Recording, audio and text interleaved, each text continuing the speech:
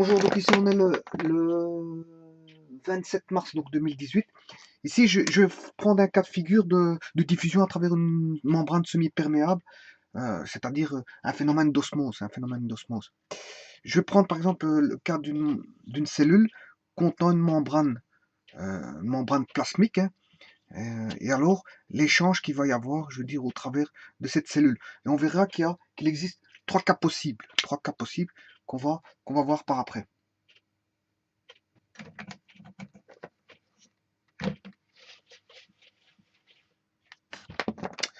Bon, si je prends par exemple une solution dans un bac, je mets de l'H2O. Voilà, ça c'est la solution. Je vais mettre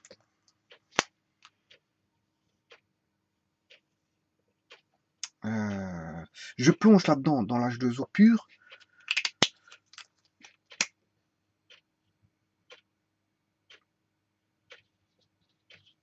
Donc une solution contenue dans un osmomètre que je plonge dans le solvant. Voilà. Et donc ici on a une membrane semi-perméable ici. La membrane semi-perméable qui est ici, qui est assez souvent une vessie de mouton, va laisser passer, je veux dire, le solvant dans la solution qui est ici, contenue dans la solution ici. Voilà. Et cette solution ici, je prends de l'eau sucrée, de l'H2O plus de sucre. Voilà. Et bien sûr, avant de plonger, le niveau est là. Et puis, qu'est-ce qui va se passer? On va voir une diffusion de l'H2O, du solvant ici, vers la solution ici. On aura une diffusion. Donc fatalement, ça va commencer à monter, très peu, mais ça va monter jusqu'à un équilibre. L'équilibre, à la fin, il faut laisser stabiliser, il faut qu'il y ait équilibre, et quand on a équilibre, on aura l'après. Et donc, en mesurant la dénivellation ici, la hauteur manométrique, bien sûr, vous la mesurez en millimètres, et bien, la pression osmotique, pi, sera égale à, bien sûr donnée en tore, hein, je la donne en tore ici, puisque j'ai mis H manométrique en millimètres, H, la hauteur manométrique donnée en millimètres, divisé par 13,6 fois G pour l'avoir. 13,6 fois G, c'est 1 tore. Hein. Voilà. Donc, là, vous aurez la pression manométrique donnée en tore. En tore, c'est la pression osmotique, pression de diffusion. Voilà.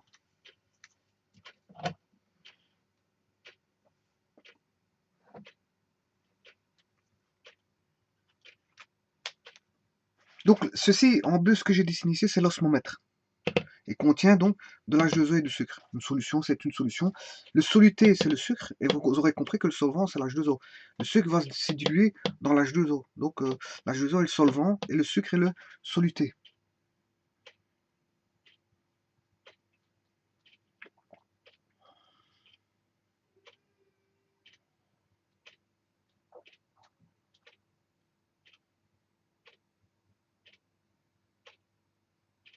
Alors, ici, ça, c'est ce qu'on appelle donc une diffusion, un passage des molécules de solvant vers la solution. Et cette diffusion sera d'autant plus importante que la concentration en sucre est élevée. C'est-à-dire que la concentration en soluté est grande. Plus la concentration en soluté est grande, et plus on aura un phénomène de pénétration, de diffusion qui va se faire au travers à travers du solvant vers le soluté. Et alors donc on mesure une pression de diffusion, une pression osmotique, voilà. Voilà. Et ce principe-ci que vous voyez ici, hein, avec cette diffusion qu'il y a là, se passe dans les cellules en général. Les cellules en général ont une membrane plasmique, voilà, qui est une membrane semi-perméable qui permet l'échange, je veux dire, de matière et d'énergie. Voilà. Donc, si je prends par exemple de l'H2O pur, l'échange de l'H2O pur avec la cellule. Ça, c'est la cellule. Et ça, c'est le solvant. Ici, on a le solvant qui va rentrer dans la cellule au travers de la membrane plasmique. Voilà. Mais si on a de l'eau sucrée, H2O, plus du sucre, qu'est-ce qui va rentrer? Mais c'est de l'H2O, puisque le soluté ne rentrera pas. Voilà.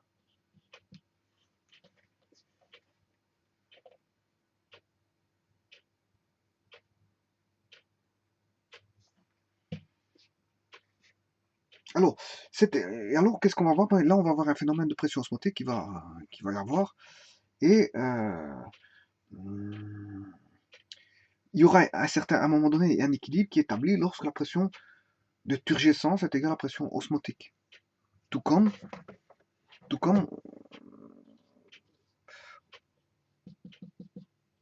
l'osmomètre s'arrête quand on a un équilibre, hein, par rapport à la pression, de dénivellation, la pression manométrique ou la pression osmotique est équilibrée avec la pression atmosphérique. Ou la pression de turgescence plutôt, c'est plutôt la pression de turgescence. Voilà. Bon, donc ici, il y a 3 cas possibles qui peuvent se présenter à ce niveau-ci. Au niveau de la cellule, ouais, il y a la cellule, ça c'est la cellule. Et ici, bien sûr, en dehors de la cellule, c'est le milieu extérieur. Hein. Et donc on a des échanges entre la cellule et le milieu extérieur. Alors qu'est-ce qui peut se passer? Il y a trois cas qui peuvent se passer. Premier cas, deuxième cas et troisième cas. Ben, on peut avoir un milieu qui est hypotonique. Que signifie un milieu hypotonique? Mais c'est un milieu où la concentration de soluté du milieu extérieur, on va dire, qui est plus pauvre, il est plus pauvre que celui de la concentration de soluté de la cellule. Donc la concentration de soluté du milieu extérieur est plus petite, puisqu'elle est plus pauvre. Hypotonique, milieu hypotonique, ça veut dire milieu plus pauvre. Moins tonique, donc il est plus pauvre.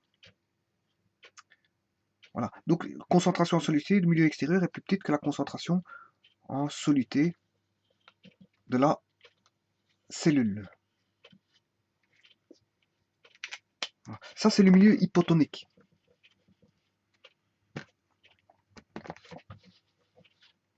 Donc je vais l'écrire ici. Premier cas, milieu hypotonique. Le milieu est hypo, c'est-à-dire hypo, c'est la concentration du soluté. Comme on part du milieu extérieur est hypo, donc est plus petite. Donc est appauvri par rapport à la concentration de soluté de la cellule. Bon, là, donc aussi, on a une concentration faible, et là, une concentration forte. Et donc, c'est comme une différence de potentiel. On a une différence de potentiel ici, il y a un courant qui va circuler. C'est un peu une analogie, en fait. C'est une analogie. Donc, et ça va toujours aller du faible vers le fort.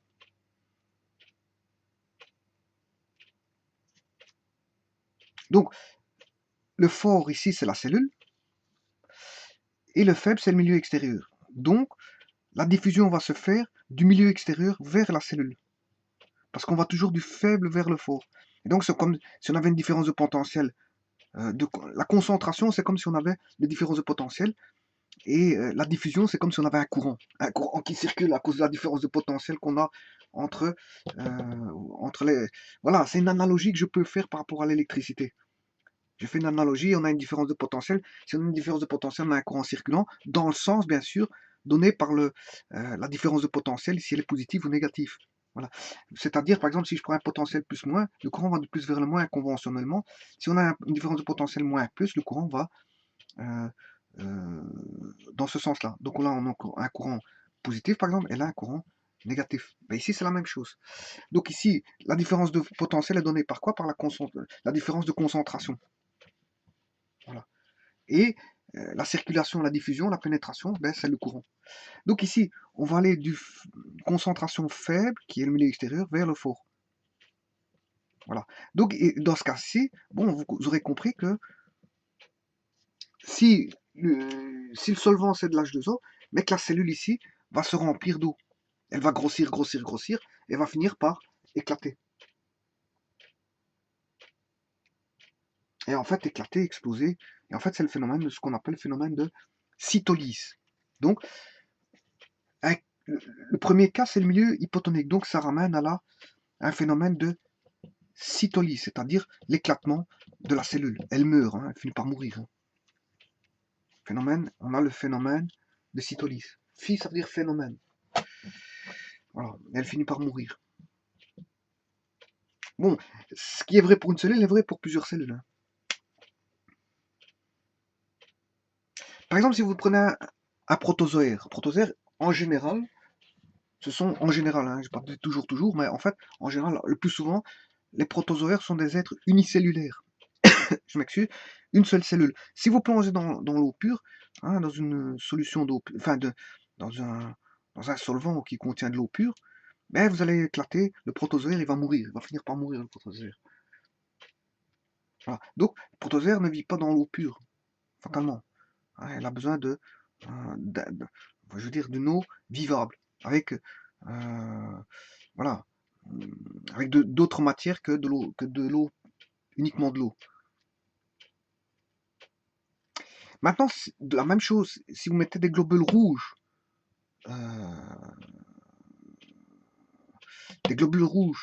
dans de l'eau distillée, là aussi, ça va éclater. Donc, autant dire que si quelqu'un qui boit de l'eau distillée, ben, il va éclater ses cellules.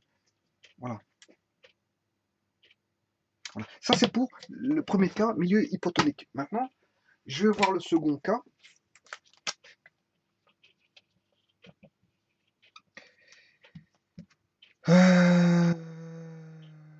Qui est le milieu est dit hypertonique. Hypertonique, à ce moment-là, la concentration hyper, ben, c'est la concentration du solité du milieu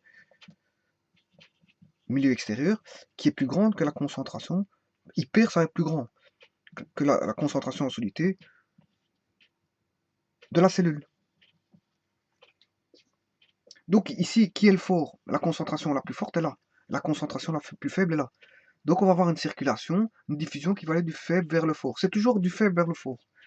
La diffusion se fait toujours du faible, d'un milieu faible à un milieu fort. Quand je dis milieu faible, c'est en concentration ou en pression osmotique. Hein. De faible pression osmotique vers une plus forte pression osmotique. D'une concentration faible vers une concentration plus forte. Voilà, c'est en fonction. Quand je dis faible et fort, c'est au niveau concentration et c'est au niveau pression osmotique. Bon, donc là on a une diffusion de la cellule vers le milieu. Donc c'est-à-dire que hein, le milieu extérieur est là, ça c'est la cellule. Bon, s'il contient de l'H2O, la cellule, ben, qu'est-ce qui va se passer? Ben, elle va se vider d'H2O. Elle va se vider d'H2O. Autant dire que on aura une déshydratation. Ce qu'on appelle la cellule va se vider d'eau. Elle va finir par sécher, et vous aurez compris qu'elle va finir par aussi mourir. Hein.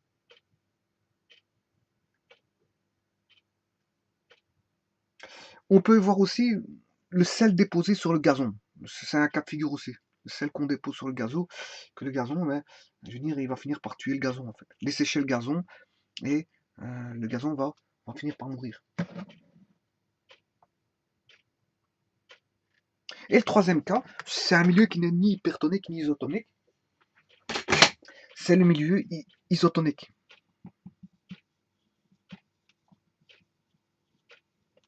Isotonique. C'est-à-dire que la concentration en soluté du milieu est égale à la concentration de soluté en soluté de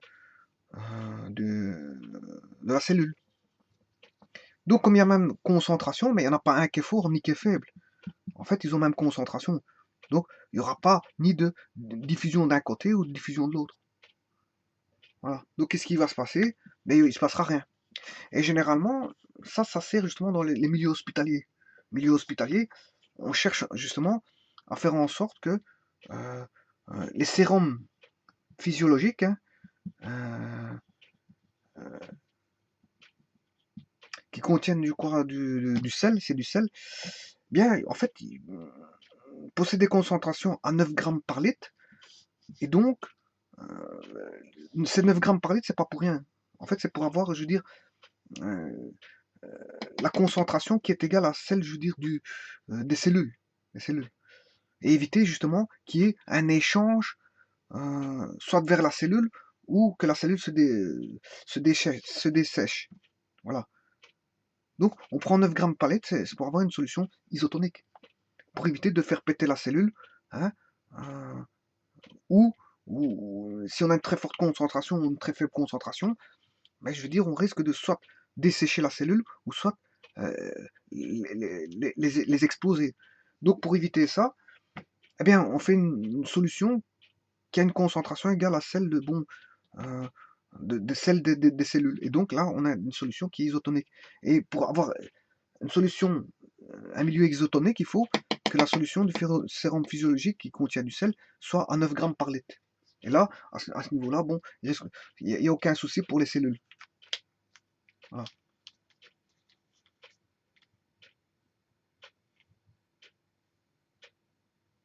Voilà. Et comme ça, il ne se passe rien. Il n'y a pas d'explosion de cellules, ni on. Voilà. Et ça, c'est un cas de figure comment est-ce qu'on appelle ça, c'est un cas de figure de pression osmotique qu'il faut faire très attention, je veux dire, dans le milieu hospitalier. Tous les jours, ils doivent faire attention à tout ça, en fait. Voilà, je vous remercie beaucoup.